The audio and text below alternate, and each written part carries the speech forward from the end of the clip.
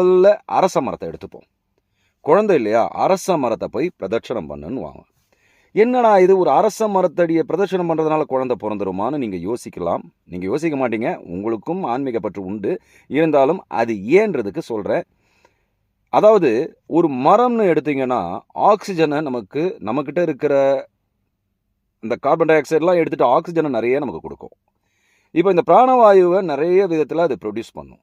அந்த இதுக்கு அரச மரத்துக்கு ரொம்ப ஜாஸ்தி.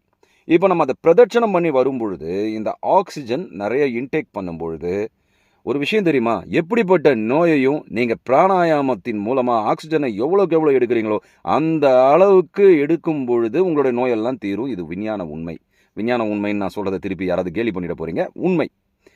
ஸோ அந்த ஆக்சிஜனை இன்டேக் பண்ணும் பொழுது குழந்தை பாக்கியம் இல்லாதவர்களுக்கும் அந்த ஆக்சிஜனை இன்டேக் பண்ணுறதுனால வருன்றதுக்காக தான் அரச மரத்தை சுற்றுன்னு வாங்க. உண்மையாக பார்த்தீங்கன்னா இந்த பூமி பந்து சுழண்டு கொண்டு தான் இருக்கிறது.